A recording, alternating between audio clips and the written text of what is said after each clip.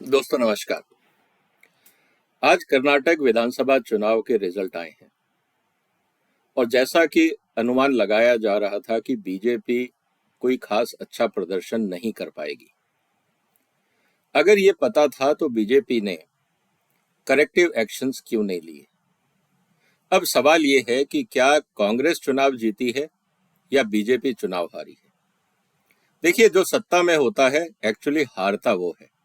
Opposition का काम तो जीतने की तैयारी करना होता है और जो लोग सत्ता में होते हैं अगर वो सही काम नहीं करेंगे तो इसका फायदा ऑपोजिशन को मिलता है। तो इसलिए इस चुनाव का जो कंक्लूजन है वो मेरे हिसाब से ये है कि बीजेपी चुनाव हारी है। कांग्रेस इसलिए जीती है क्योंकि बीजेपी ने परफॉर्मेंस अच्छी नहीं की। अब इंपॉर्टेंट चीज ये है कि बीजेपी अगर चुनाव हारी है तो उसके कारण क्या है। दोस्तों, कुछ इंपॉर्टेंट मुद्दे हैं जिसके कारण हमें लगता है कि बीजेपी को अपने काम करने की शैली में सुधार करना होगा। पहला सबसे इंपॉर्टेंट जो मुद्दा है कि क्या बीजेपी कांग्रेस की शैली को अपना रही है। जिसे अक्सर मैं ये कहता हूं कि बीजेपी का कांग्रेसीकरण हो रहा है। आपको ऐतराज होगा लेकिन फैक्ट यही है। उदाहरण के लिए आज सबसे बड़ी प्रॉब्लम जो बीजेपी के साथ आ रही है कि बीजेपी में स्टेट लेवल की लीडरशिप्स नहीं है। जहां जहां पे बीजेपी की स्टेट लेवल लीडरशिप है वहां वहां पे परफॉर्मेंस आपको देखने को मिलेगी। जहां जहां पे बीजेपी की स्टेट लेवल लीडरशिप नहीं है वहां पूरी ताकत सेंट्रल लीडरशिप को, मोदी और अमित शाह को लगानी पड़ती है।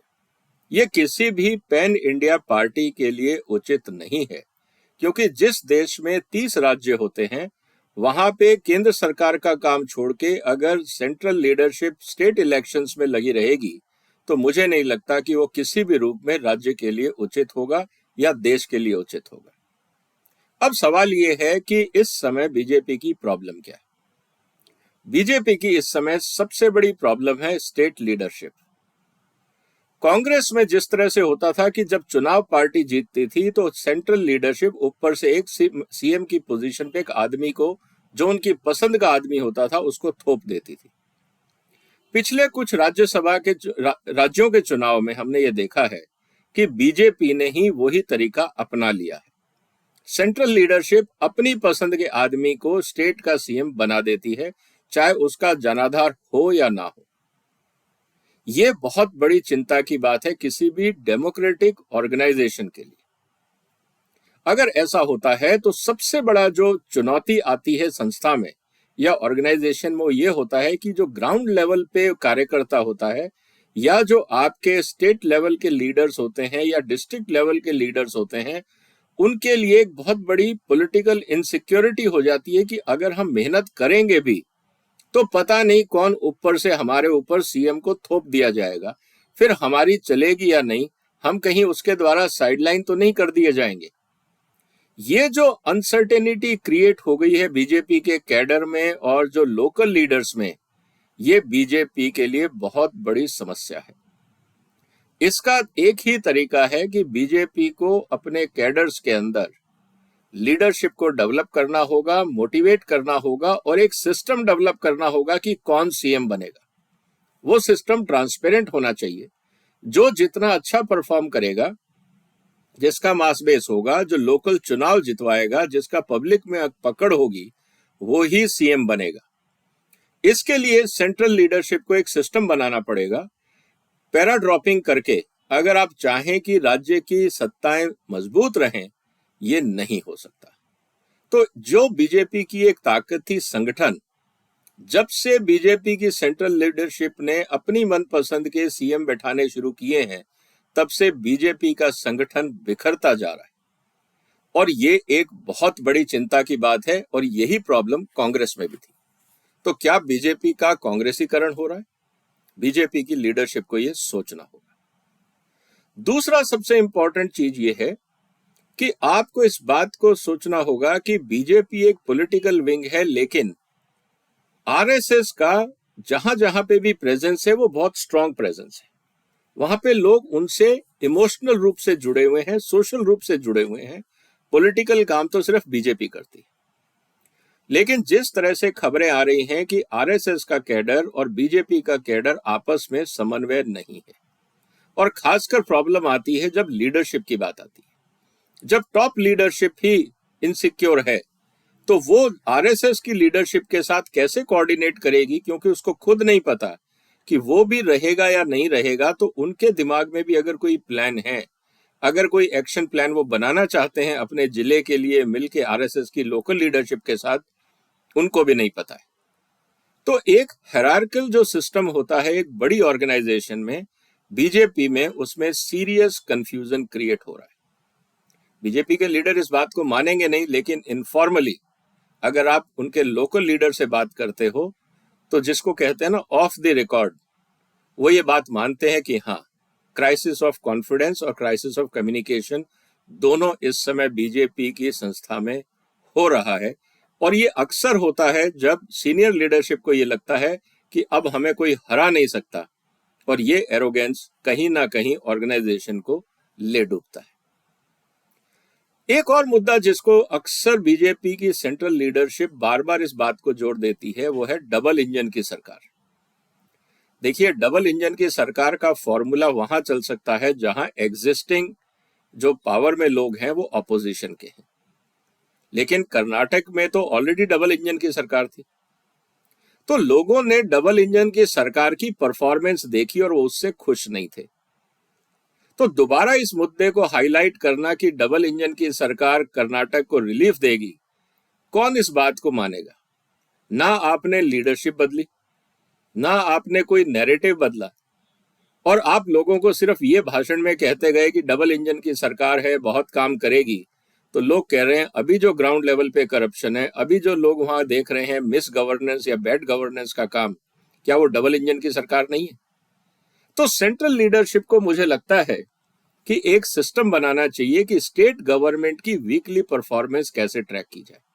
आज आईटी का जमाना है, बीजेपी के पास कैडर्स की कमी नहीं है, टेक्नोलॉजी की कमी नहीं है, लेकिन प्रॉब्लम यह है कि उस पूरी टेक्नोलॉजी का इस्तेमाल अपने स्टेट गवर्नमेंट की परफॉर्मेंस इवैल्यूएशंस के लिए क्यों नहीं किया जा रहा?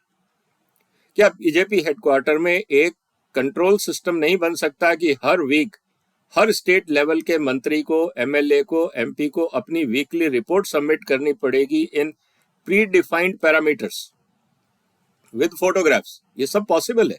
हर एमएलए, एमपी, मिनिस्टर आज कैमरामैन लेके घूमता है, उनके आसपास दुनिया भर के वीडियोग्राफर्स रहते हैं। तो क्या एक क्रेडिबल, टेंजिबल इवैल्यूएशन प्रोसेस नहीं बन सकता? और आपको हर जगह पूछने की क्या जरूरत है? आप सिर्फ वो डेटा और परफॉर्मेंस अपलोड करते जाइए, और उसका एक ऑब्जेक्टिव एनालिसिस एक पूरी टीम जो बैठेगी परफॉर्मेंस इवैल्यूएशन के लिए हेड ऑफिस में, वो करेगी। अगर कोई मंत्री या कोई एमएलए या कोई एमपी परफॉर्म नहीं कर रहा है as per promises made in election manifesto, तो उसको बुलाया जाएगा, उसको वीडियो कॉन्फ्रेंस में करके उसको गाइडेंस दी जाएगी कि भाई ये आप गलत कर रहे हैं या ये आप सही कर रहे हैं, ये आपने पूरा नहीं किया है। कम से कम वो अलर्ट तो रहेगा। आज प्रॉब्लम ये है कि सत्ता के आने के बाद एमएलएज, एमपीज को ये लगता है कि उनका काम सिर्फ टैक्स पेयर के पैसे पे मजे करना है और जनता की सुनवाई नहीं होनी। क्या ये पैरामीटर नहीं बन सकता कि आज कितने लोगों के उन्होंने एप्लीकेशंस को रिजॉल्व किया? कितने ऐसे काम थे जिनको वो रिजॉल्व करना चाहते थे, लेकिन किसी कानून से, किसी पॉलिसी के कारण उसमें व्यवधान आया? क्या वो एक रिफॉर्म का माध्यम नहीं बन सकते थे?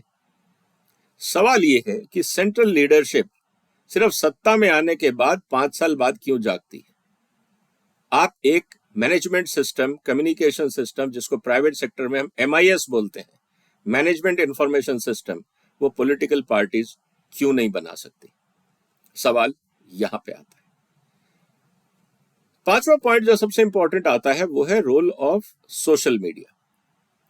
देखिए, आज कोई भी चीज होती है, जैसे दिल्ली में इस समय एजिटेशन चल रहा है पहलवानों का, बीजेपी को ये बात क्यों नहीं समझ में आती कि जितना लंबा एजिटेशन चलेगा उतना सोशल मीडिया में नेगेटिव पब्लिसिटी होगी, और अगर आपको FIR लॉन्च नहीं की गई तो क्या ये गैर कानूनी नहीं था? क्या दिल्ली पुलिस को एफआईआर लॉन्च करके इन्वेस्टिगेशन खुद नहीं शुरू करना चाहिए था? जब एक सिटीजन, चाहे वो पहलवान हो या आम आदमी हो, क्या उनका ये फर्ज नहीं था कि अगर कंप्लेंट आई है तो एफआईआर करें? बीजेपी इस तरह से अगर अपने नेताओं को बचाएगी, इसका नेगेटिव इमेज पब्लिक में जाता है। इन्वेस्टिगेशन के बाद आपका आदमी बरी हो जाए, कोई दिक्कत नहीं है, लेकिन सरकार की तरफ से ये मैसेज जाना कि हम अपने लोगों के खिलाफ कोई कार्रवाई नहीं होने देंगे और दूसरों के खिलाफ कार्रवाई करेंगे, ये आम जनता के हित में नहीं है। इससे ये पता लगता है कि सेंट्रल लीडरशिप ऑनेस्ट नहीं है अपनी अप्रोच में। और सोशल मीडिया में आप मेन लाइन मीडिया को कंट्रोल कर सकते हैं, प्रेस को कंट्रोल कर सकते हैं, लेकिन आप सोशल मीडिया को कंट्रोल नहीं कर सकते। लाखों वीडियोस और लाखों जो वीडियो बनाने वाले लोग हैं या जो यूट्यूबर्स हैं या सोशल मीडिया के लोग हैं, वो आपके मैसेज को हर भाषा में वहां तक पहुंचा देते हैं जहां तक सरकार नहीं पहुंचा पाती अपनी बात। तो कभी भी कोई ऐसी घटना हो जिसमें लॉ एंड ऑर्डर का मुद्दा हो, डिसिप्लिन का मुद्दा हो, कोई और ऐसा राष्ट्रहित का मुद्दा हो जो आम आदमी से जुड़ा हो, मुझे लगता है बीजेपी लीडरशिप को तुरंत उस पर कार्रवाई होनी चाहिए ताकि लगे कि सरकार सजग है। आप जितना डिले करते हैं उतना नेगेटिव पब्लिसिटी फैलती है।